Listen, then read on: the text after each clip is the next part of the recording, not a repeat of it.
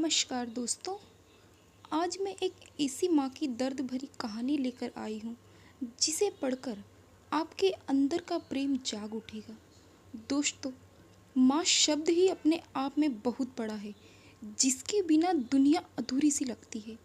इस माँ शब्द में स्नेह, ममता, प्रेम, त्याग, बलिदान, तपस्या, सहयोग, समर्पण आदि न जाने कितनी ऐसी अनेकों विशेषताएं छुपी हुई है जिसे बयां कर पाना संभव नहीं है।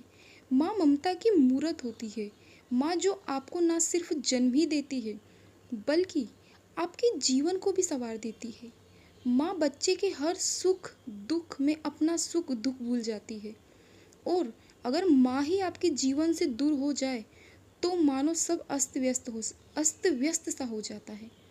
एक माँ अपने कलेजे को सीने से लगाए रखती है और दुख का साया भी उस पर पड़ने नहीं देती।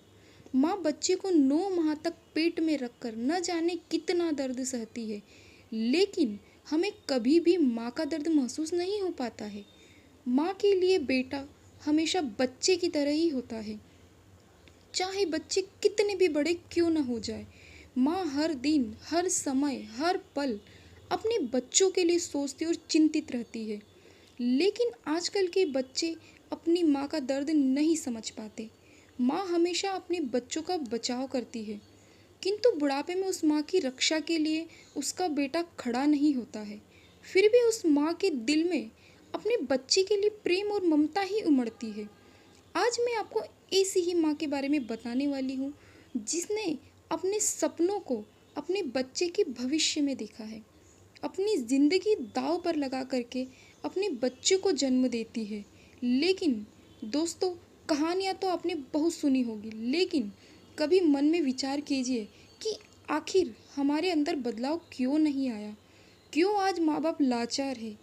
क्यों आज माँ बाप परिवार से अलग है। क्यों आज माँ बाप ठोकरें खा रहे हैं। क्यों आज बच्चों को माँ बाप बोझ लग रहे हैं। क्यों आज माँ बाप वृद्धाश्रम में पल रहे हैं। क्यों आज माँ बाप अपने बच्चों से दूर है।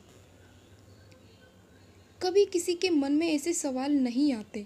आज मैं आपको ऐसी माँ की दर्द भरी कहानी सुनाऊंगी जिसे पढ़कर आपके अंदर ज़रूर बदलाव आएगा और आप अपने माता पिता का सहारा बनोगे। तो दोस्तों, आइए कहानी सुनते हैं। एक समय की बात है। रात करीब 1 बजे बेटे को माँ का फ़ोन आता है। माँ, बेटा, हैप्पी बर्थडे, आज तुम्हारा जन्म दिवस है।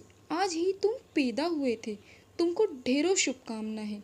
बेटा, माँ, ये कोई टाइम है फ़ोन करने का? रात की 1 बजी है। आज सुबह तक इंतज़ार नहीं कर सकती थी? मेरी नींद खराब कर दी। माँ ये सुनकर फ़ोन काट देती है, लेकिन कुछ देर बाद ही पिता का फ़ोन आता है। पिता पिता की आवाज़ सुनकर बेटा कुछ नहीं बोल पाता है। बस इतना कहता है, बेटा, आपने भी बर्थडे विश करने के लिए फ़ोन किया है? पिता, नहीं, मैंने बर्थडे विश करने के लिए फ़ोन नहीं किया है, बल्कि मैंने तो तुमसे माफ़ी मांगने के लिए फ़ोन किया है। तुम्हारी माँ ना समझे, ना कुछ नहीं समझ पाती, भला कोई इतनी रात को फ़ोन करता है? बेवकूफ़ है ना, उसे पता नहीं कि तुम गहरी नींद में होंगे। लेकिन एक बात बताऊँ, तुम्हारी तो एक दिन ही नींद खराब हुई है, और मेरी तो साल में 365 दिन हर रात 1 बजे तुम्हारी माँ उठा करके नींद खराब करती है और कहती है कि इसी समय हमारे बेटे का जन्म हुआ था, बर्थडे विश करती है। पिता फिर से कहते, जानते हो, जब तुम्हारा जन्म हुआ था तो तुम्हारी माँ ने अपनी जान की परवाह करते हुए तुम्हें इस दुनिया में लाने को कहा, क्योंकि डॉक्टर ने साफ कह दिया था कि इसमें माँ की जान भी जा सकती है। लेकिन तुम्हारी माँ ने अपनी जान की परवाह नहीं की और मुझसे बार बार कहती रही कि सुनो, अगर अगर डॉक्टर कहे कि दोनों में से एक ही बचेगा तो तुम मेरे बच्चे को ही बचाना। और मेरे से जब डॉक्टर ने साइन करने को कहा तो मैंने भी कांपते हुए तुझे ही बचाने को कहा, और तू कहता है कि माँ ने तेरी नींद खराब कर दी। सो जा बेटा, अब तेरी माँ कभी तेरी नींद खराब नहीं करेगी। और फ़ोन काट देता है। बेटा, अरे मैंने ये क्या कर दिया? जिस माँ ने मेरे लिए इतना बलिदान दिया, मैं उसी के उपचारों को भूल गया? क्या मैं आज इतना बड़ा हो गया हूँ? उसे रात भर नींद नहीं आती है और सुबह दौड़ता हुआ घर पहुँचता है और माँ के कदमों में गिर जाता है। माँ, मुझे माफ़ कर दीजिए, ये मैंने क्या कर दिया? पिता, जा तू यहाँ से, मेरे कंधों में जब तक ताकत है तब तक मैं तेरी माँ की सेवा कर सकता हूँ। माँ, माफ़ी तो मांग रहा है ये, मान लीजिए ना। पिता, देखा ये होती है माँ, बेटे की लाख गलती होते हुए भी अपने बच्चों का बचाव करती है। अरे माँ के जैसा हृदय तो इस दुनिया में किसी का नहीं है।